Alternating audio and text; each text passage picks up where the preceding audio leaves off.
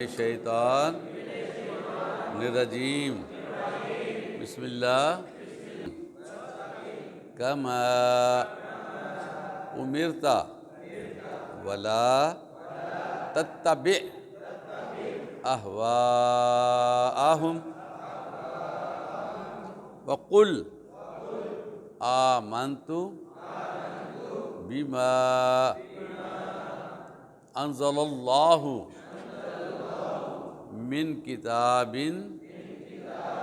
وامرت لأعدل بینکم اللہ ربنا وربکم لنا اعمالنا ولکم اعمالکم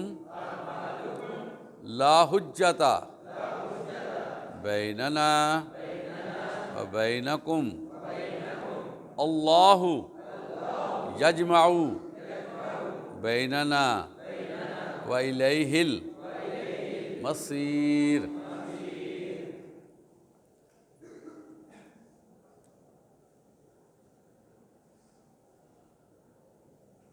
اے محمد صلی اللہ علیہ وسلم، اسی دین کی طرف لوگوں کو بلاتے رہنا جیسا کہ تم کو حکم دیا ہوا ہے، اور اس پر قائم رہنا، اور ان خواہشات کی پیروی نہ کرنا،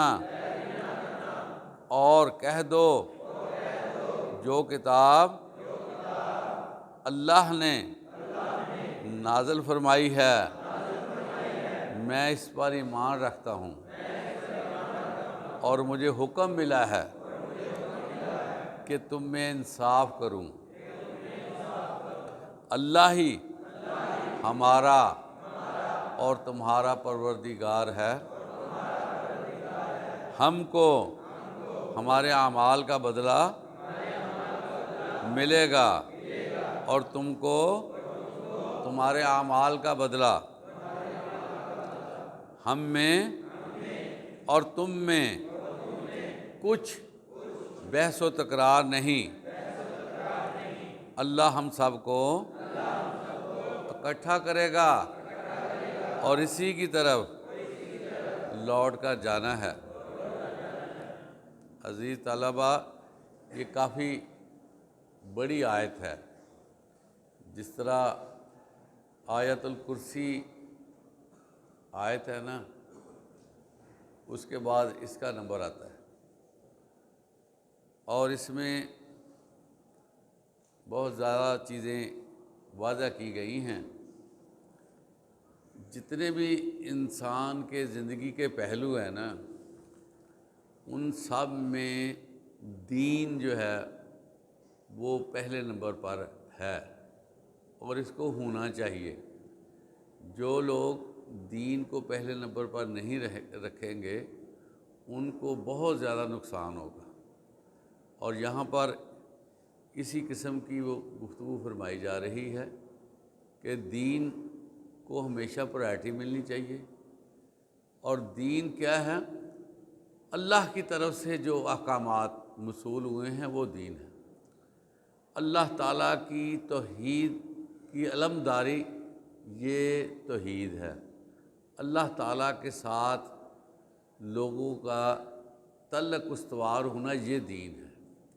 اگر اس چیز میں ہم کامیاب نہیں ہوتے تو ہمیں زندگی گزارنے کا کوئی فائدہ نہیں ہوگا، اور ہماری زندگیاں بھی اسی طرح ختم ہو جائیں گی جس طرح دوسری مخلوقات ہیں جو اللہ تعالیٰ نے دنیاوی مقصد کے لیے پیدا کی ہیں، اور وہ اپنا فنکشن پورا کرتی ہیں اور اس کے بعد اس دنیا سے وہ چلے جاتے ہیں۔ اور ہمارا معاملہ اس سے بہت مختلف ہے کہ جو روح اللہ کے ہاں بن چکی ہے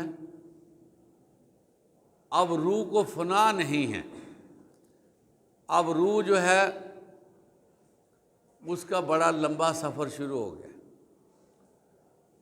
ایک تو اللہ کے ہاں جو روحیں ابھی تک نہیں آئیں انہوں نے قیامت تک پہنچ جانا ہے، اور پھر بندوں نے فوت ہو جانا ہے لیکن اس کی روح قائم رہنی ہے، اور پھر اس کے بعد حشر کا دن ہے، وہاں پر حساب کتاب سارے معاملات اللہ نے ڈیل کرنے ہیں۔ پھر اس کے بعد جنت کی زندگی ہے جس کو اللہ تعالیٰ نے ابدی زندگی کہا ہے، اور اسی طرح دوزخ کی زندگی ہے، وہ بھی ایک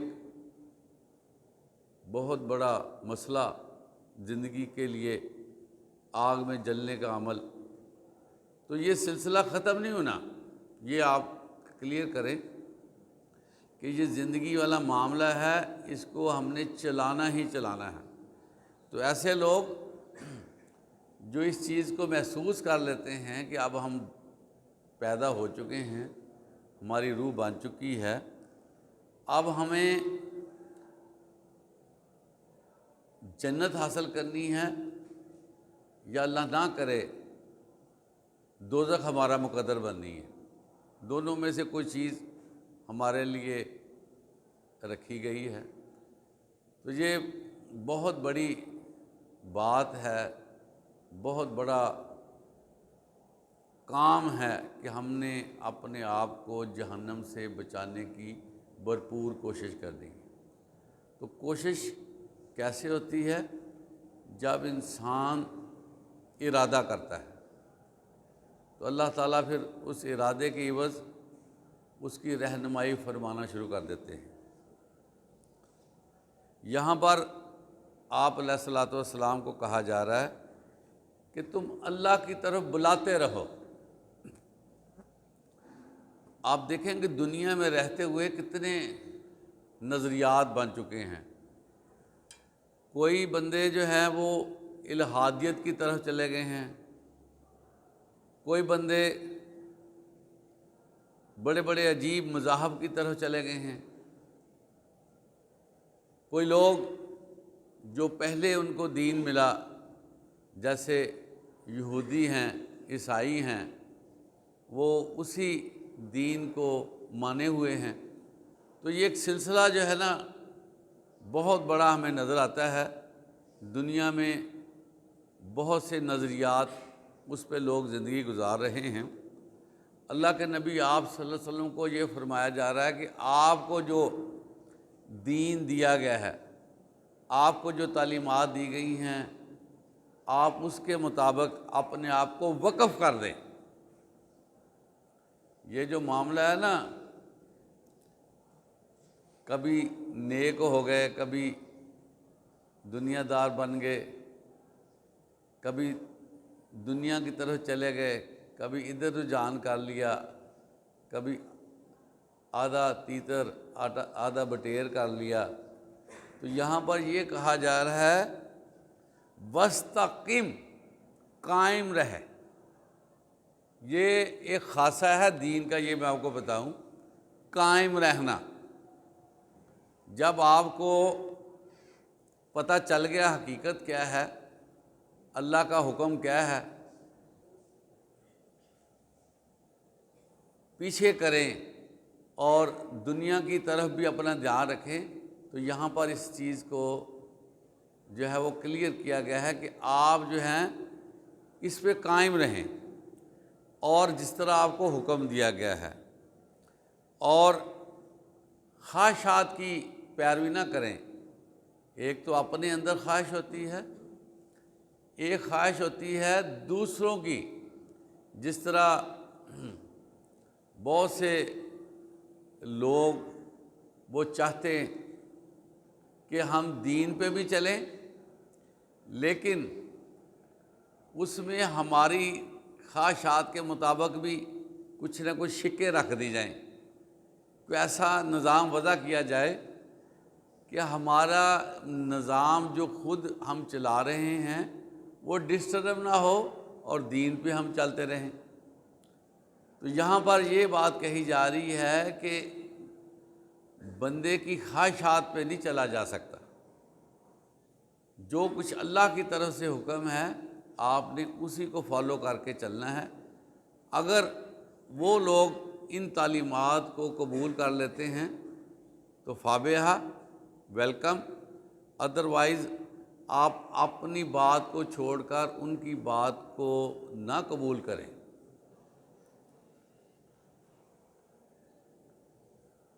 اور جو اللہ تعالیٰ نے کتاب نازل کی ہے وہ ہمارے لیے فائنل ہے، ہمارے لیے وہی زندگی چلانے کے لیے نصب العین ہے، اور اسی پہ ہمارا ایمان ہے۔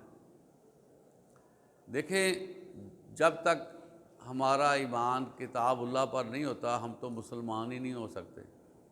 تو یہاں پر یہ بات فرمائی جا رہی ہے کہ کتاب اللہ پر ایمان جو ہے وہ لانا اور اس میں جو تعلیمات ہیں اس پر چلنا لازم ہے، اور جو بات بھی کہی جائے انصاف پر مبنی بات ہونی چاہیے، حقیقت پر مبنی بات ہونی چاہیے، نہ کہ لوگوں کو خوش کرنے کے لیے اس میں کچھ اضافہ و ترمیم کر لی جائے۔